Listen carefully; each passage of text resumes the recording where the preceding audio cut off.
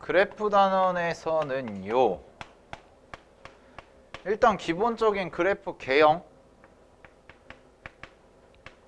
개형들은 잘 파악하셔야 돼. 삼각함수 그래프 개형, 사인이나 코사인이나 탄젠트나 이런 부분들, 뭐 이거에 대해서는 따로 언급은 드리지 않고, 그 다음에 그래프 문제 푸실 때 이제 제일 중요한 게 뭐냐면 주기성, 그 다음에 요거 대칭성, 이 두 개가 결국은 삼각함수 그래프의 핵심이에요.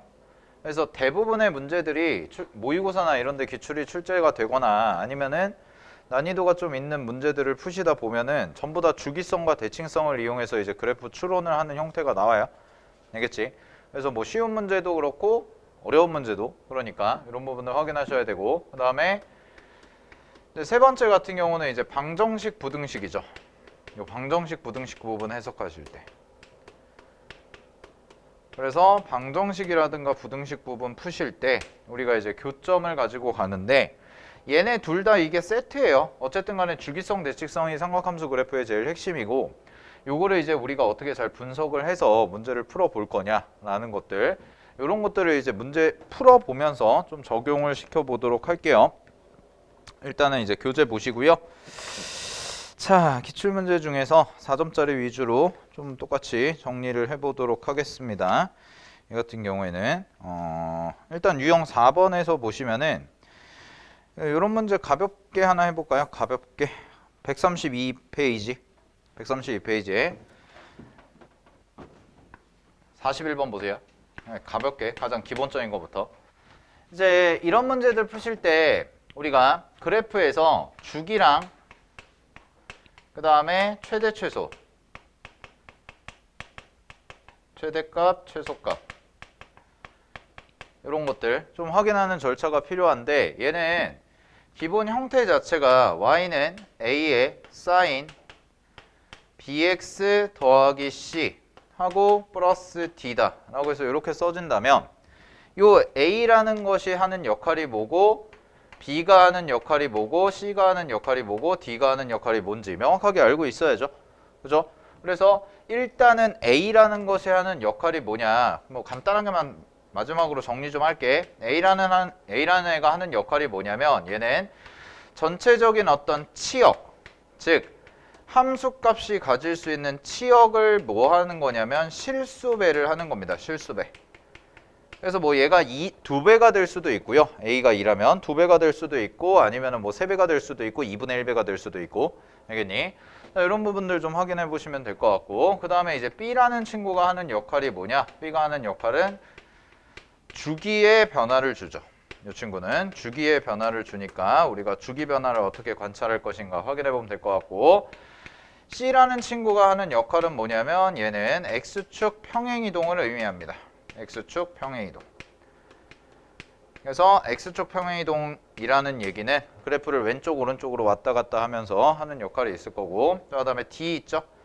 D가 하는 역할은 뭐냐면 얘는 Y축 평행이동을 의미해요. 그래가지고 그래프가 이제 위아래로 움직이면서 어떻게 변화하는지 이런 거 관찰하는 건데, 자 41번 그냥 가볍게 해볼게. 가볍게 잘 봐. 문제 보시면은요 그래프 확인해 볼게요.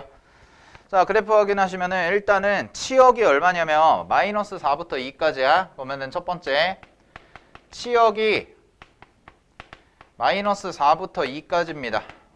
그러면 얘는 몇 칸이 된 거냐면 총 6칸이 된 거거든. 됐어? 그럼 6칸이 된 거니까 원래 사인 함수 그래프는 마이너스 1부터 1까지니까 2칸이에요. 근데 그 2칸이 6칸이 된 거야. 그럼 몇 배가 됐어? 3배가 된 거네. 그러면은 A라는 값은 몇 배가 되는 거야? 3배가 되는 거죠. 이렇게 A가 3배가 됐다 라고 생각하시면 되겠지. 그치?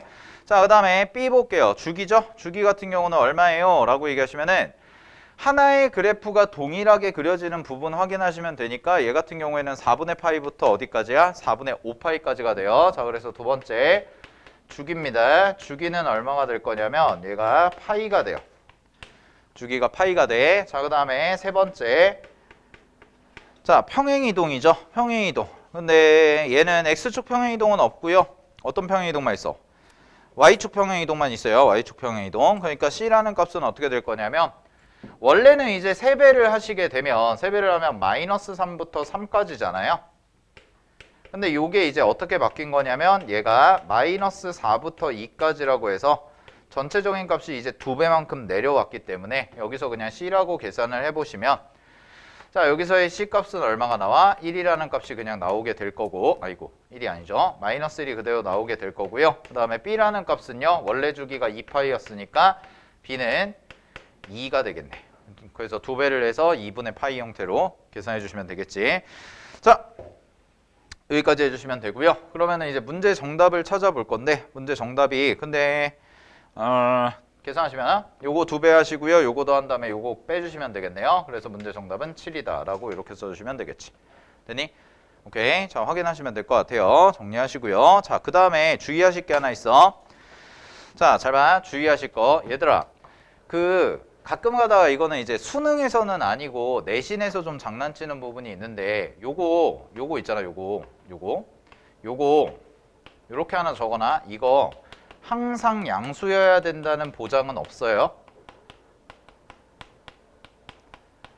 이거 착각하는 친구들이 있는데 여기 앞에 곱해진 숫자가 항상 양수여야 된다고 착각하는 친구들이 있거든. 양수 아니어도 돼요. 음수여도 돼.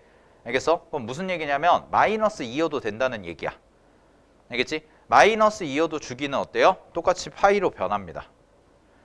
확인됐어요? 왜냐면 어떤 그래프가 되는 거냐면 마이너스가 붙었다는 얘기는 결국은 x에 마이너스가 붙은 거기 때문에 2라는 숫자는 원래 주기를 감소시키는 역할을 하면서 동시에 앞에 마이너스가 붙었다는 얘기는 그래프를요 y축 대칭을 했다는 얘기예요. 알겠죠? 그래프가 y축 대칭의 형태로 들어가는 거니까 마이너스 2가 들어갈 수도 있어요. 알겠지? 그런 부분들 조심하셔야 돼. 됐지?